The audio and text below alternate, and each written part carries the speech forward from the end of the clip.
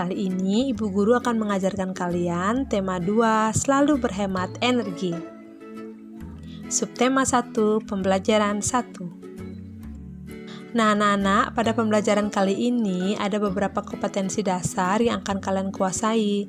Yang pertama yaitu muatan IPA KD 3.5, mengidentifikasi berbagai sumber energi, perubahan bentuk energi, dan sumber energi alternatif dalam kehidupan sehari-hari.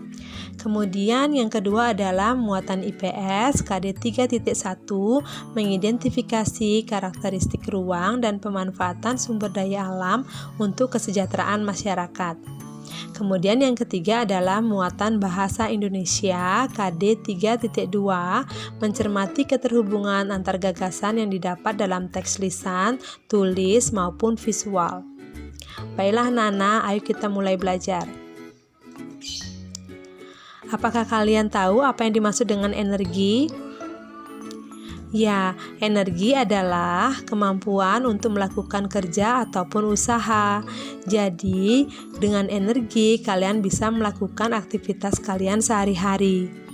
Nah, dari mana kalian mendapatkan energi? Energi didapat dari sumber energi. Sumber energi adalah segala sesuatu yang ada di sekitar kita yang dapat menghasilkan energi. Nah, anak-anak, mari kita belajar tentang sumber-sumber energi yang ada di muka bumi ini. Sumber energi yang paling terbesar adalah matahari. Matahari memiliki banyak manfaat bagi semua makhluk hidup. Coba kalian perhatikan gambar berikut.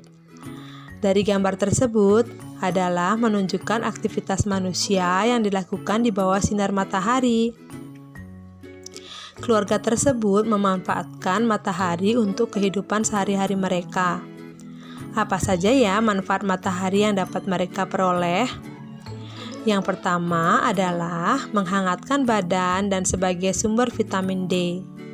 Ibu tersebut menjemur anaknya di bawah sinar matahari untuk mendapatkan vitamin D karena sinar matahari pagi baik untuk kesehatan. Kemudian yang kedua, sinar matahari membantu dalam proses fotosintesis untuk menghasilkan oksigen atau bisa disebut dengan O2. Oksigen ini akan dihirup oleh manusia. Fotosintesis juga bermanfaat menyerap CO2, udara yang dikeluarkan oleh pernafasan manusia. Yang ketiga, sinar matahari membantu mengeringkan pakaian. Hal ini karena panas sinar matahari mengubah air yang ada pada kain menjadi uap air, sehingga kain menjadi kering. Nah, Nana, sekarang mari kita membaca tentang teks yang berhubungan dengan pemanfaatan energi matahari. Kisah Ali si biji energi. Aku Ali si biji energi. Aku menanam biji-biji energi di sebuah ladang yang luas di peternakanku. Saat matahari bersinar, ada energi pada cahaya matahari. Cahaya matahari membantu biji-bijiku tumbuh menjadi tanaman-tanaman yang tinggi.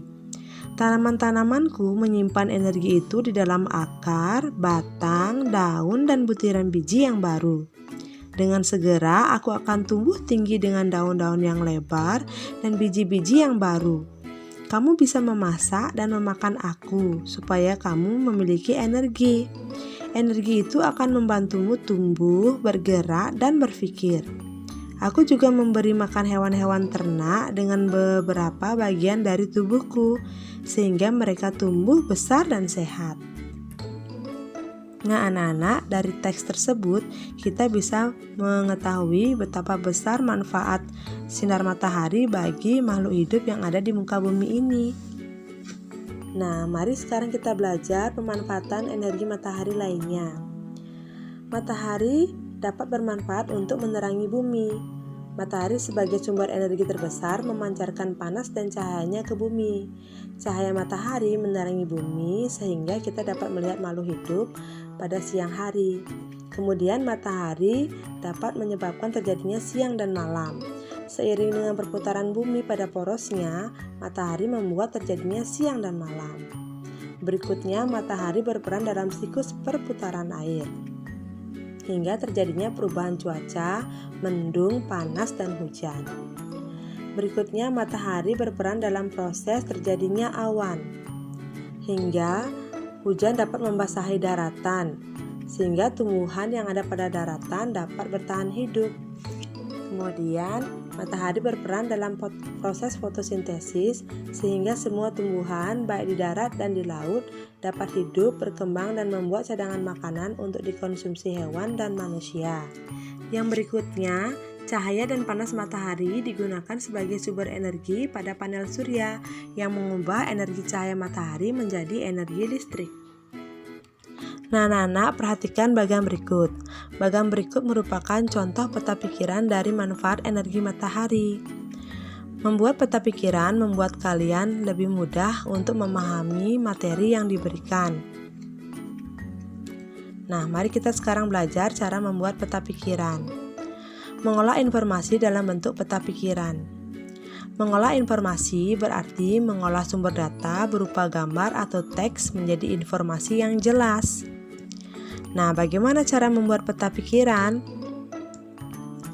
Yang pertama, kalian boleh menuliskan gagasan utama di tengah kertas kemudian dilingkari. Yang kedua, tambahkan cabang sesuai banyaknya gagasan pendukung. Yang ketiga, tuliskan kata kunci pada cabang yang dibuat. Dan yang terakhir, tambahkan simbol atau kata kunci agar kalian mudah untuk memahaminya. Nah, berikut Ibu berikan contoh cara membuat peta pikiran dari sebuah teks.